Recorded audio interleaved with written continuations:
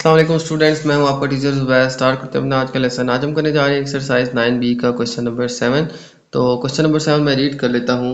The figure shows a parallelogram ABCD where BAD equals to 65, E lies on DC such that BED equals to 125। ठीक है, तो हमारे पास एक parallelogram given है ABCD और यहाँ पे लाइन DC के ऊपर एक पॉइंट लाई कर रहा है E। ठीक है, और ये E पॉइंट जो है ये यहाँ पे B को टच कर रहा है। ठीक है, और यहाँ पे बनने वाला एंगल BED जो है वो हमारे पास है 125 डिग्री। ठीक है, तो ये हमारे पास सारी सिचुएशन गिवन है। ओके, तो सबसे पहले पार्ट के अंदर हमने फाइंड करना है ADE। ठीक है, तो एंगल ADE जो है ये हमारा यहाँ पे बनने वाला एंगल है। तो इसको कैसे फाइंड करेंगे? देखें, हमारे पास ये एक पैरेललोग्राम शेप है। ठीक है, और एक पैरेललोग्राम शेप के अंदर हमारे पास यहाँ पे और यहाँ पे जो बनने वाला एंगल है इन दोनों की सम होती है हमारे पास 180 डिग्री। ठीक है, ये दो इंटीरियर एंगल्स होते हैं एक पैरेललोग्राम के। ठीक है, तो ये दोनों इंटीरियर एंगल्स मिला के 180 डिग्री बनाते हैं। ठीक है, तो यहाँ पे मैं इसको कुछ यूँ लिख लूँगा कि एंगल ADE प्लस हमारे पास यहाँ पे बनने वाला एंगल यानी कि 65 डिग्री, इन दोनों को ऐड करें तो ये आता है हमारे पास 180 डिग्री। हमारे पास एंगल ADE यानी यहाँ पे बनने वाला एंगल प्लस यहाँ पे बनने वाला एंगल 65 डिग्री। ठीक है, इन दोनों को हम सम करें तो ये आता है हमारे पास 180 डिग्री। तो हम इसको सॉल्व कर लेते हैं तो हमारे पास एंगल ADE आ जाएगा। ठीक है, ये दोनों जो हैं ये इंटीरियर एंगल्स हैं एक पैरेललोग्राम के।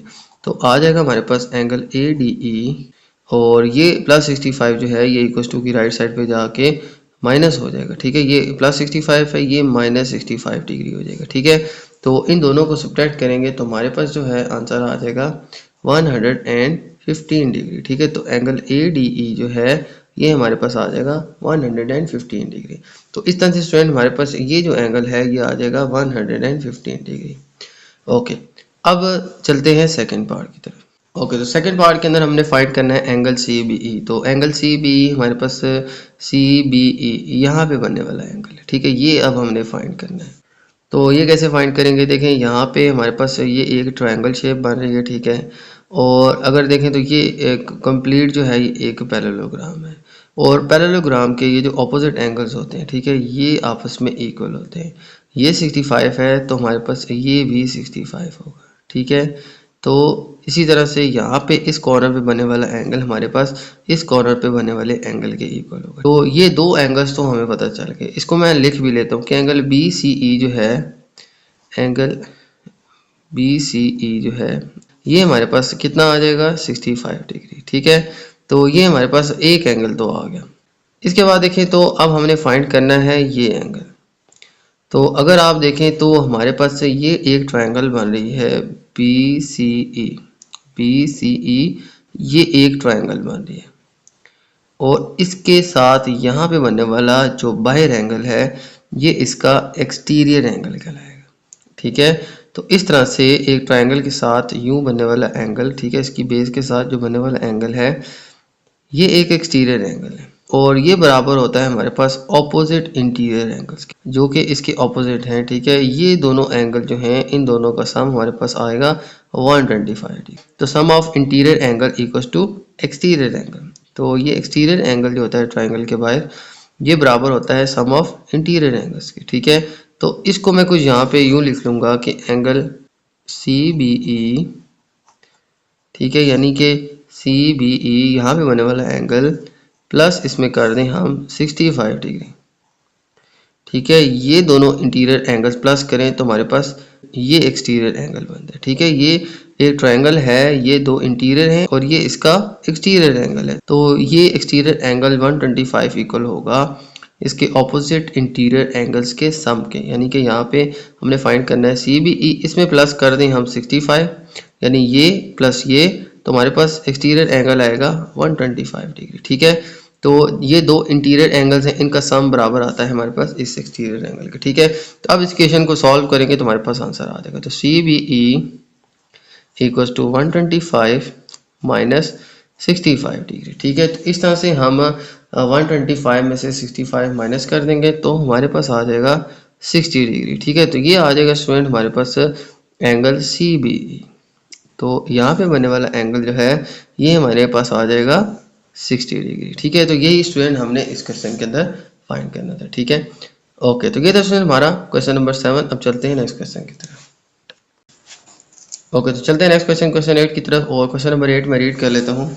The figure shows a rhombus ABCD. The diagonals DB is produced to E such that BC equals to BE and CDE equals to 60 degree.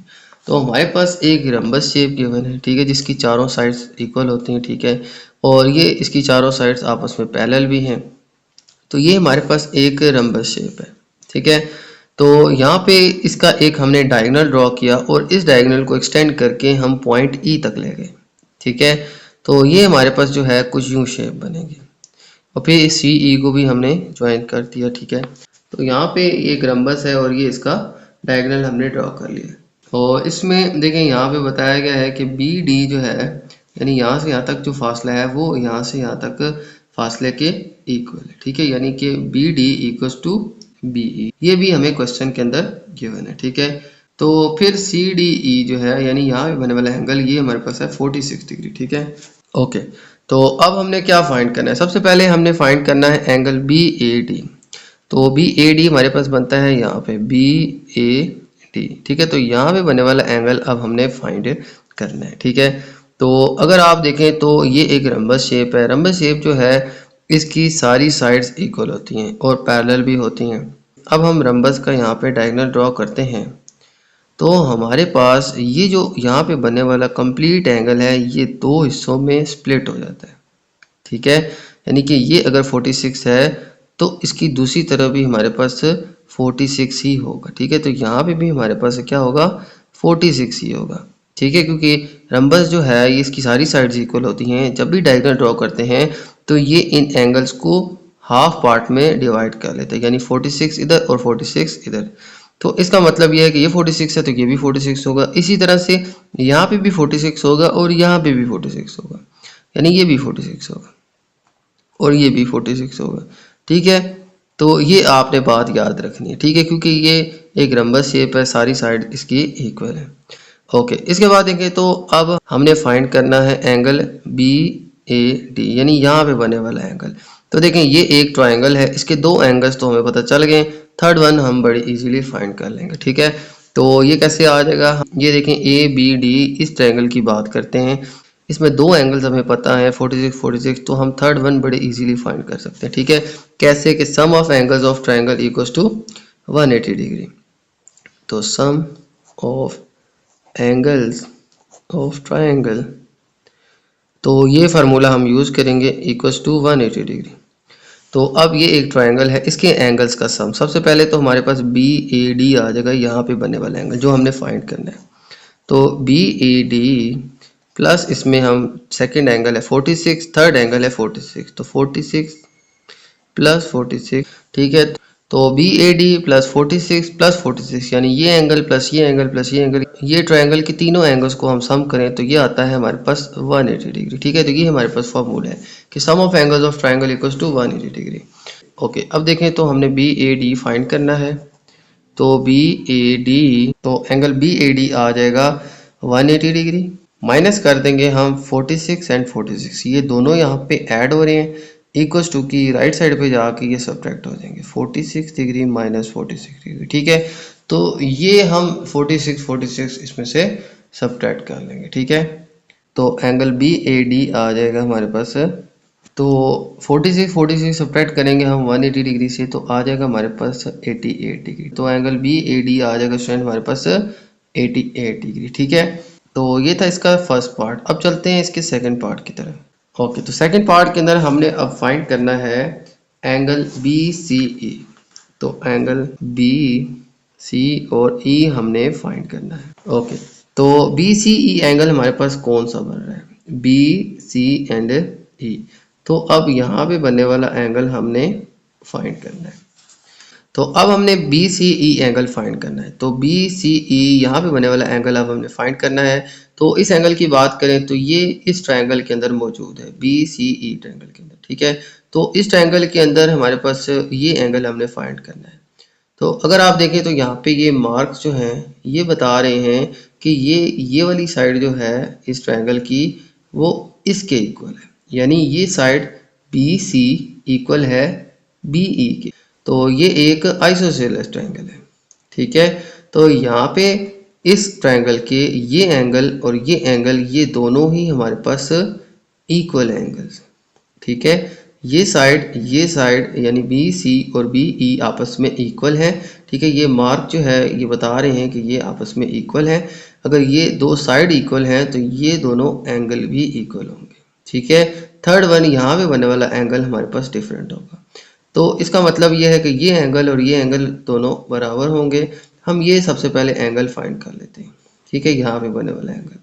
तो ये फाइंड कर लेंगे तो ये दोनों एंगल्स भी हम इजीली फाइंड कर लेंगे, ठीक है। तो ये एंगल कैसे आएगा, अगर हम बात करें तो ये एक स्ट्रेट लाइन है, ठीक है। और स्ट्रेट लाइन के ऊपर हमारे पास ये बनने वाला एंगल यहाँ से यहाँ तक जो है ये कंप्लीट होता है 180 डिग्री। तो 180 डिग्री में से हम 46 माइनस कर देंगे। देखिए यहाँ से यहाँ तक एंगल है 180 डिग्री, 46 माइनस करेंगे तो हमारे पास यहाँ पे बनने वाला एंगल आ जाएगा, ये आ जाएगा। तो हम ये दोनों एंगल्स इजीली फाइंड कर लेंगे, ठीक है। तो अब हमारे पास कुछ यूँ आ जाएगा कि angle C B E plus हमारे पास आ जाएगा 46 डिग्री इक्वल्स टू 180 डिग्री, ठीक है। तो ये एक स्ट्रेट लाइन है, ठीक है, डी से ई तक, और इसके ऊपर ये दोनों बनने वाले एंगल, इन दोनों का सम है 180 डिग्री, ठीक है। तो मैं लिख लूँगा सी बी ई और प्लस इसमें कर दें 46 इक्वल्स टू 180 डिग्री। तो अब हम सी बी ई फाइंड कर लेते हैं। C B E equals to ये प्लस 46 इक्वल्स टू की राइट साइड पे जाके हो जाएगा -46, ठीक हो गया। तो अब हम 180 में से 46 को सब्ट्रैक्ट कर लेंगे तो हमारे पास आ जाएगा 134 डिग्री, ठीक है। तो ये आ जाएगा स्टूडेंट हमारे पास। अगर हम इस स्ट्रेट लाइन के ऊपर 46 माइनस कर दें तो यहाँ पे बनने वाला एंगल आ जाएगा हमारे पास 134 डिग्री, ठीक है। ओके, तो अब इसके बाद देखें तो हमारे पास ये एंगल और ये एंगल ये दोनों ही इक्वल है, ठीक है। ये दोनों ही इक्वल हैं। इन दोनों का नाम मैं रख लेता हूँ x और इसका भी नाम मैं रख लेता हूँ x, ठीक है। मैं रिपीट कर लेता हूँ, ये दोनों एंगल्स इक्वल हैं क्योंकि ये आइसोसेलेस ट्रायंगल है जिसके दो एंगल्स, दो साइड्स इक्वल होते हैं। तो ये दोनों इसके एंगल इक्वल थे। इन दोनों को मैंने एक वेरिएबल का नाम दे दिया x, ठीक है। दोनों को ही मैंने x कह दिया। अब ये एंगल जो है हमारे पास है 134 और ये दोनों एंगल्स हैं हमारे पास x एंड x, ठीक है। तो अब इस ट्रायंगल के ऊपर अगर हम फार्मूला लगाएं कि sum of angles of triangle equal to 180 degree, ठीक है। तो एक आ जाएगा हमारे पास 134, एक आ जाएगा हमारे पास x, सेकंड भी आ जाएगा हमारे पास x, ठीक है। तो ये तीनों एंगल्स हमें अब पता चल चुके हैं, ठीक है। तो आ जाएगा हमारे पास angle x plus 134 degree equals to 180 degree, ठीक है। हमने फार्मूला ये पढ़ा था कि sum of angles of triangle equals to 180 degree. अब हम इस ट्रायंगल के ऊपर फार्मूला लगाएंगे। इसके तीन एंगल बन रहे हैं। तो एक एंगल हमारे पास है यहाँ पे बनने वाला एंगल सी बी ई जो कि है 134, और फिर यहाँ पे और यहाँ पे जो एंगल बन रहे थे, ठीक है, इन दोनों को हमने नाम किसका दे दिया, x का दे दिया, ठीक है। तो अब हम क्या करते हैं, इसको हम सॉल्व करते हैं। तो x एंड x आ जाएगा हमारे पास 2x plus 134 degree equals to 180 degree. अब 134 इक्वल्स टू की राइट साइड पे जाके हो जाएगा सब्ट्रैक्ट। तो 180 में से हम 134 माइनस कर देंगे, ठीक है। तो माइनस करके आ जाएगा हमारे पास, देखें 180 माइनस 134 ये 7 है तो कैरी लेंगे 10 आ जाएगा। 10 में से 4 माइनस करेंगे तो 6, 7 में से 3 माइनस करेंगे तो आ जाएगा 4। तो 46 आ जाएगा हमारे पास इसका आंसर, 2x इक्वल्स टू 46, ठीक है। अब हमने x की वैल्यू फाइंड करनी है। तो x के साथ 2 मल्टीप्लाई हो रहा है तो ये 46 के साथ जाके डिवाइड हो जाएगा, ठीक है। 2 1 2 2 2 4 2 3 6। तो x की वैल्यू आ जाएगी हमारे पास 23 डिग्री, ठीक है। तो x क्या था, x था हमारे पास यहाँ पे बनने वाला एंगल BCE, ठीक है। तो BCE यानी कि x जो है, x की वैल्यू अब हमारे पास आ गई है 23 डिग्री, ठीक है। तो हम ये भी लिख सकते हैं कि angle BCE equals to 23 degree, ठीक है। तो ये आ जाएगा स्टूडेंट हमारे पास इस अननोन एंगल की वैल्यू, ठीक है। ओके, तो ये थे स्टूडेंट आज के हमारे क्वेश्चंस। उम्मीद है आपको तमाम क्वेश्चन समझ आ गए होंगे। तो मेरी वीडियो अच्छी लगे तो मेरी वीडियो को लाइक कर दीजिएगा, मेरे चैनल को सब्सक्राइब कर दीजिएगा और ये वीडियो अपने बाकी दोस्तों के साथ भी शेयर कर दीजिएगा। इजाज़त चाहते हैं आपसे, अल्लाह हाफिज़।